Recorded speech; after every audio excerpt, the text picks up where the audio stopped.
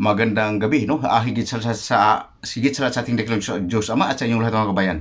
Mga kababayan, nagbigay na ng ng Ama, no? Kondisyonal, no?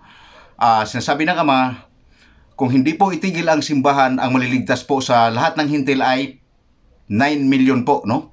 9 million ang sinasabi ng Ama kung hindi ititigil ang simbahan.